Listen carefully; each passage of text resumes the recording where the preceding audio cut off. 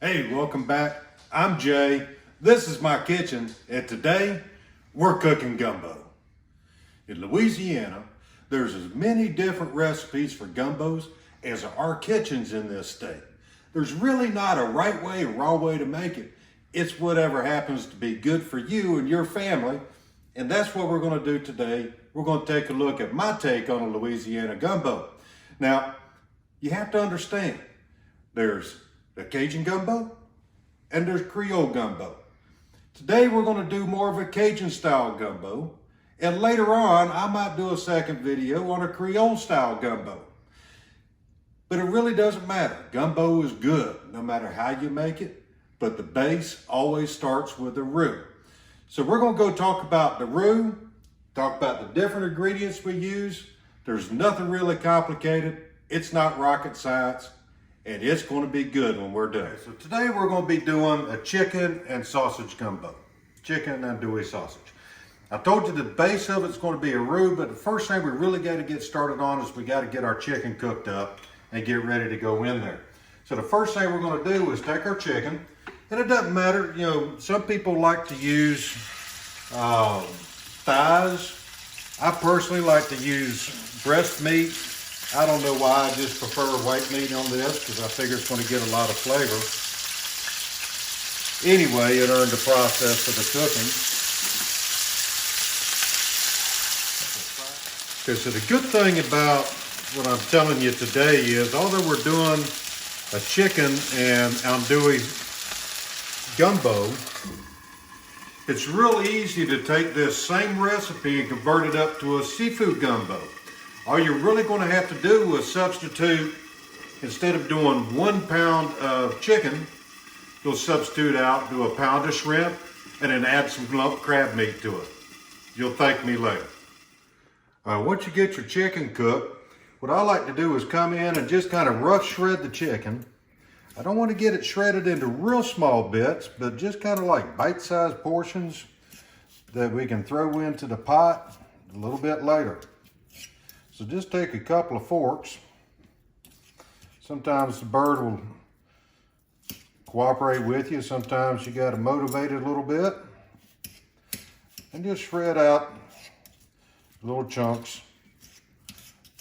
of chicken, just like that.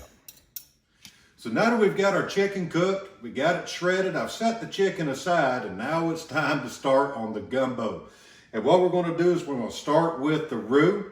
A lot of people say it's a mystical, magical thing, but folks, it's really simple to do, just so long you have a little bit of patience. Roux consists of only 2 ingredients. We got 3/4 a cup of oil and 1 cup of flour. And we're going to start over here in my pot, and we're going to start putting our oil in here. Get it nice and warmed up. Okay, go ahead and so we're going to put our oil in here. And let that oil warm up a tad. And then grab our flour. Make sure our oil is there. And we want to just kind of work our flour in there a little bit at a time. Stir that in so we don't get all lumpy roux. Nobody likes a lumpy roux. Work kind of quick to begin with. Get that flour incorporated.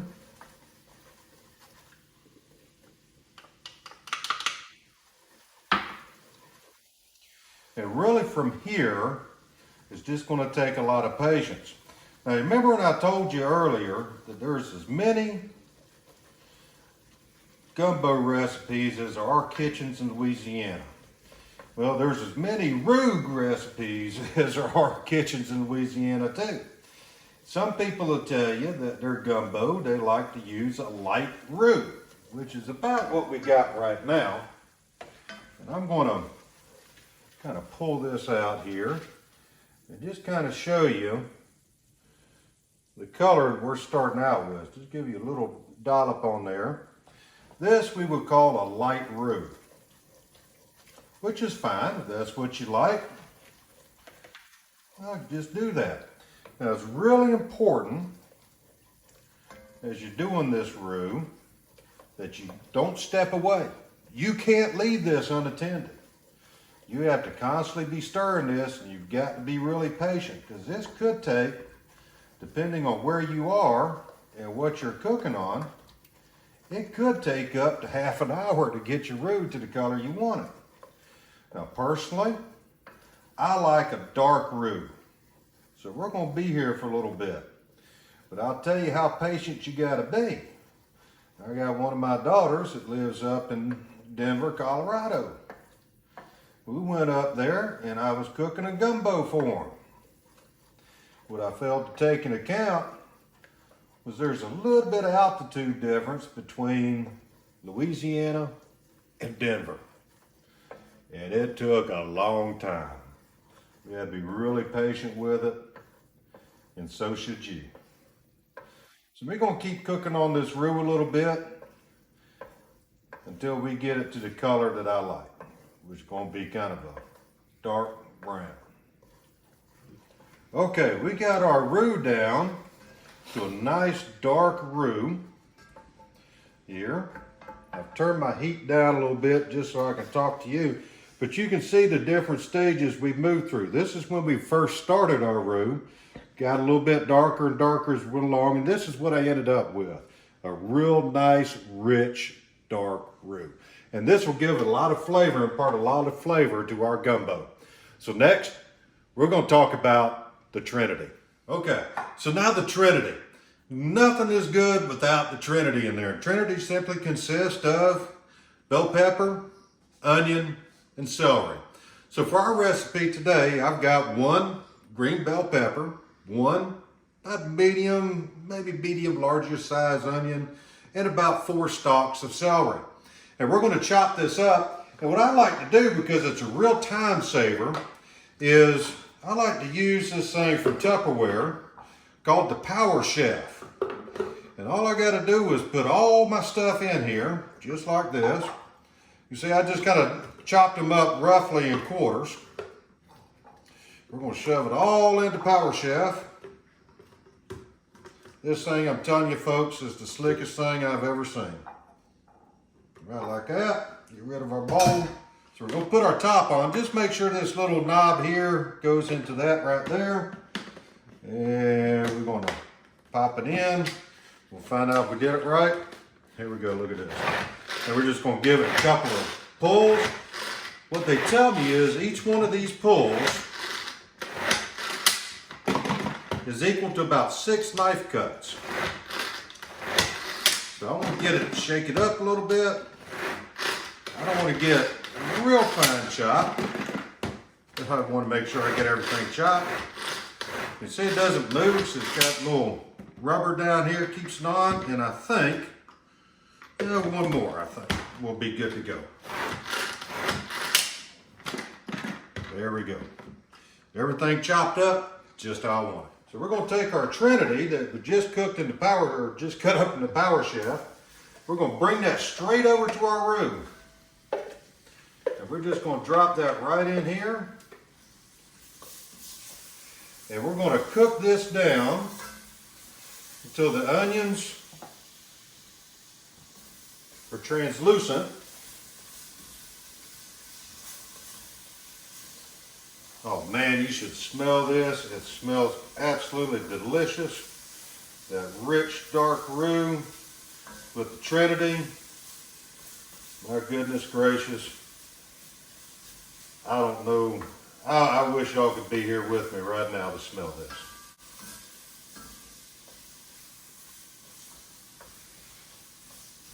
Okay, now we've got our Trinity kind of sauteed, a little translucent.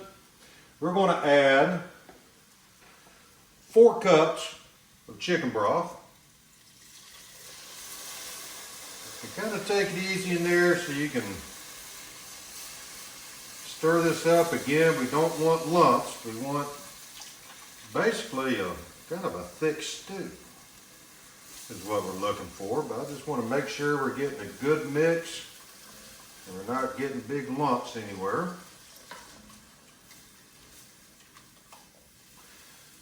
Some people add water in here. I think you get a lot more flavor out of the chicken broth. And I would highly suggest the chicken broth. In just a minute, we're going to add my secret ingredient to this. There we go. Get that nice and stirred up. Get a nice stir. And then we're going to add 1 cup of my secret ingredient, beer. I happen to be using a local beer here, that's brewed here. You can use whatever beer you like. I would say anything from regular lager to an amber. Heck, you might even want to throw a little stout in there if that so moves you. Today, I'm just using a lager beer. And don't worry, as we're cooking this,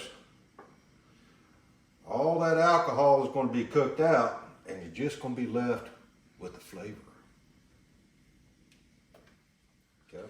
While we're sitting here just kind of stirring this and getting this ready to go, you know, I talked to you earlier about how this recipe is kind of easy to change things up. So if you wanted a seafood gumbo, you know, we talked about replacing the chicken with shrimp and some lumped crab.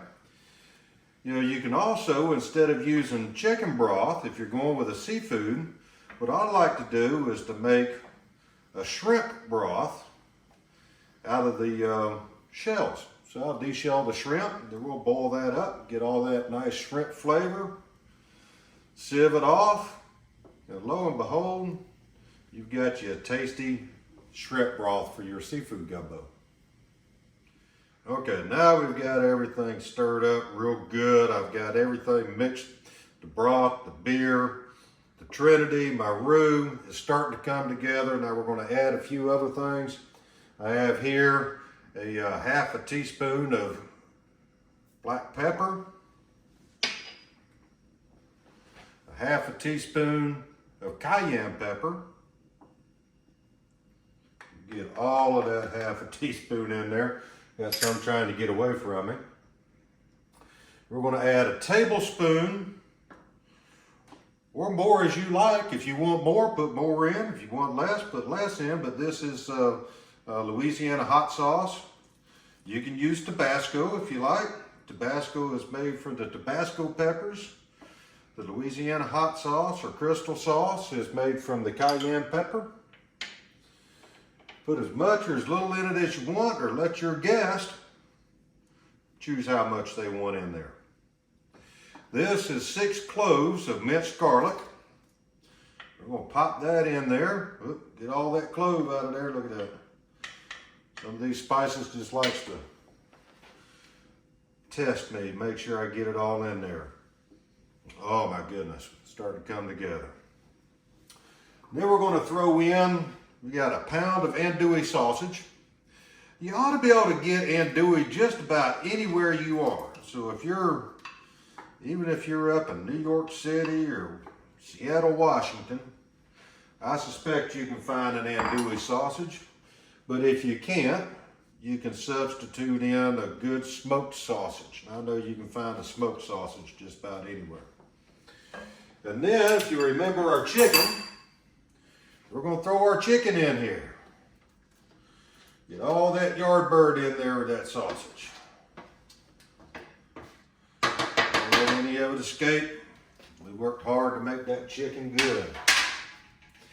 Now, we've got this thing kind of in a soup consistency, maybe a little bit thicker. Oop, almost forgot. 3 bay leaves. Just pop these little guys in there. Get them working. Make sure whenever you serve this up, look and make sure you don't serve your guest a bay leaf. That'd be in for a little rude surprise, but it will give some good flavor to it. And what we want to do is we want to thicken this. Now, gumbo, a lot of people think it's kind of a French origin, maybe a play off like a bouillabaisse or something, but actually it's not. It's West African, and it came over with the slaves. We need to give credit where credit is due, because a lot of the cooking and a lot of the famous dishes in the South actually come from the enslaved West Africans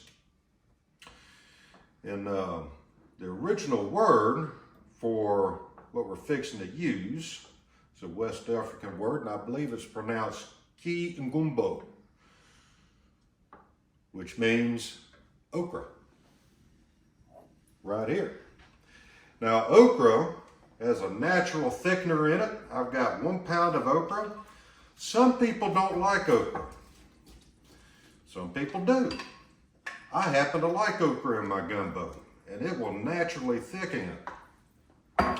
However, if you don't like okra in your gumbo, that's okay. You don't have to put it in there. But you still need to get a way to thicken your gumbo a little bit. And for that, you can use what's called a filet. Filet is basically a powdered sassafras, and it'll accomplish about the same thing as the okra does to thicken this up into a nice stew. And we're just going to let this cook and simmer on about a medium-low heat. And folks, the longer you let it simmer, the better it tastes.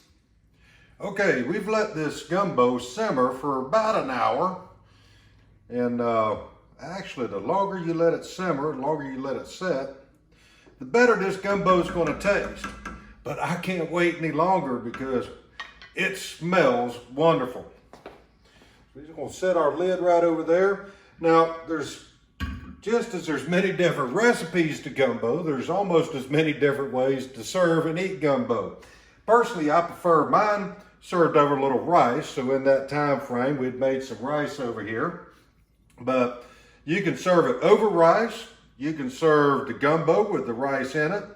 And we even have it where it's served with potato salad. And you know what? It's all good. The only other thing I've done that I didn't show you on camera was I did add a little salt to taste. So you'll want to taste it as it's simmering through and take a couple of tastes here and there. That's the cook's privilege. Just to make it good, get me a little bit of chicken on there, a little bit of okra, a little bit of andouille, some rice. Let's see how it turned out.